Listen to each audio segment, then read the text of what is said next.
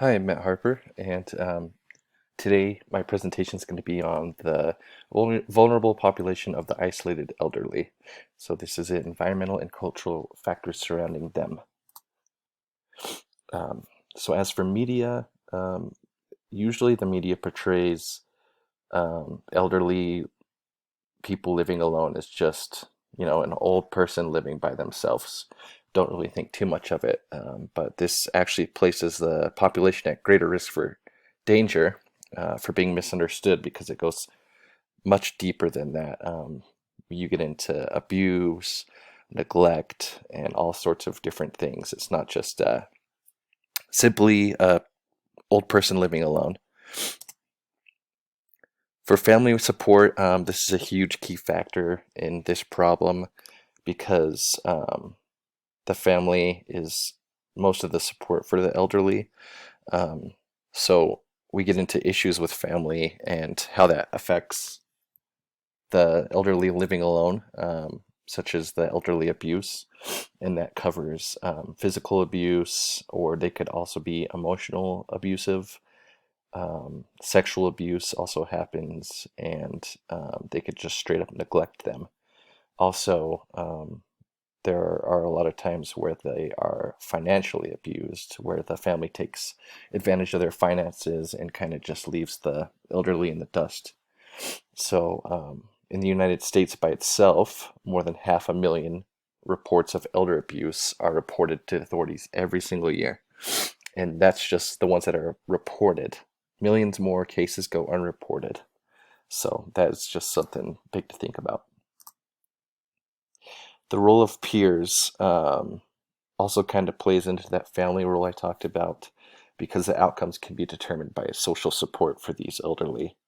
So, some supportive actions that are taking place to support these people are visits, also just assisting them and helping them around the house and um, with activities of daily living and just including them, including them socially, reaching out to them, not forgetting about them or neglecting them or isolating them. And then the destructive aspect of peers could be just distancing from them, leaving them alone, neglecting them and their needs, or, like I mentioned above, abuse, which can stretch across um, those subjects I talked about for the sexual, financial, emotional, whole bunch of different types of abuse. For the cyclical nature, it can be cyclical in nature due to family habits and upbringing. If you were brought up in a family that didn't wasn't really close to the grandparents, or there were problems between parents and grandparents, or if you grew up not really having a real close family that doesn't touch base with your grandparents at all, or you can grow up in a family that really includes that and cherishes that. So it can go kind of be a double-edged sword there. And also, mental health is a huge difference maker as well, with mental health being prevalent in the isolated elderly population, such as anxiety and depression and things like that. Legal and political system aspects. So the government does have some programs to support the elderly. So for finances, there is Social Security and Medicare.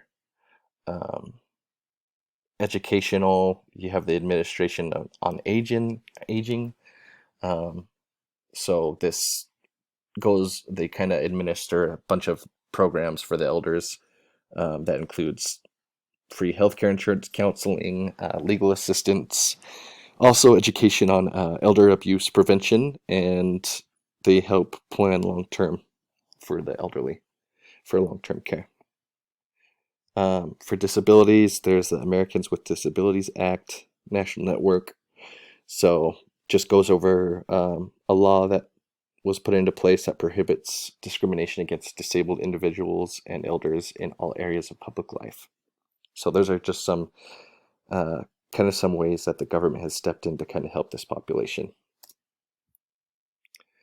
Potential barriers for this population is death and divorce of a spouse or significant other, which, they might have lived their whole life with someone, but when the death of the spouse happened, they all of a sudden find themselves isolated. Also, access or relationship to family members. So, do family members live close to them? Do they have access to family members? Are they, you know, relatively close or across the nation, or do they even have any family members? Maybe they didn't have any children and they were just married or um, single their whole lives, and now in their older age, they're getting a little more lonely. Also, access or relationship to friends or community groups. Um, Also, for barriers, we have health conditions, income and financial support, and lack of mobility. International scope.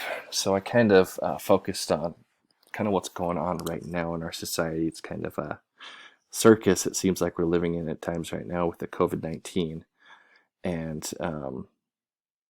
the whole COVID-19 pandemic is actually affecting elders, kind of flaring up the cases of isolated elders because they're a very vulnerable population and they're told to, quarantine themselves, and people are being told to, don't go in contact with older people. So people that may have had a strong family support before are, you know, now finding themselves more isolated because the families are being told to, kind of stay away from this population to keep them safe and from not getting sick. So, um, seeing a lot more cases of isolated elderly pop up because of this COVID-19.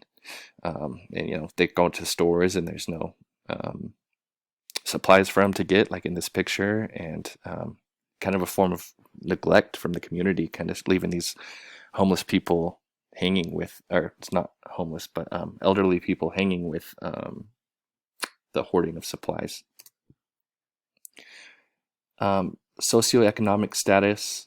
So you have to consider source of income, kind of like mentioned above. There's Social Security, Medicare. Also, do these elderly have savings from their previous career? Did they have a retirement plan? And also family support. So are they relying on the income of family members to kind of help with um, their food and their shelter and all of that? So that determines access to, their food, housing, whether they have access to transportation, and also their medications that they rely on. For race and ethnicity in regions around the world, I kind of looked at some different cultures that treats the elderly is a little different. So it does depend on kind of where you were born and raised to how you might get treated. An example is Japan. So the Japanese really honor the elderly, and they hold them to very high esteem and bow to them, and are very caring of their family that are elderly, and they're just a great example of the elderly that are treated well from the family. They're held in high regards and honor.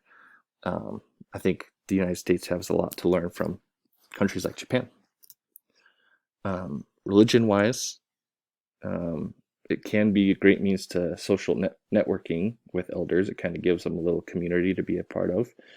I know here in Utah, LDS church bishops, one of their duties is to kind of reach out to the widows and the isolated elders of the community and pay them visits and make sure they're taken care of. And then there was an article I looked at that showed that the religion can have a positive influence on these isolated elders because it's a source of strength and comfort and hope, plus a sense of community, like I mentioned, and belonging during times of heightened risk of loneliness and social isolation. Health disparities gender-wise. So around 29% of people age 65 plus live alone, but twice as many women live alone as men. So there is a higher prevalence of women than men for the isolated elders. So 50% of older women, 75 plus, live alone. That's pretty huge. So there are plenty of these elders around us that are isolated, and it's just something we don't even think about a lot. Geographical location. So I kind of looked locally, statewide, and nationally. So locally, we have 14.6% of the population is 65 plus in Weber County. So we have quite a bit of elders here, and statewide, 11.1% of population is 65 plus. So Weber County is a little higher than Utah as a whole. Nationally, 15.8% of population 65 plus in the United States. So even more so than Utah. Difference in population size locally compared to nationally. So 1.2% lower than national average. And then Utah actually ranked number one healthiest states in regard to senior social isolation. So that's pretty awesome. Something to be proud of for Utah. For biases, implicit bias would be something like the belief that isolated elders are not truly isolated or lonely, or thinking they're just fine, just living their lives by themselves. Example of it, explicit would be not including isolated elderly individuals socially or attending to their needs. And those are my references. So the purpose of this was to just educate the public on the problem we have of isolated elders, and just kind of showcase that it really is a true issue that needs to be addressed. And thanks for listening.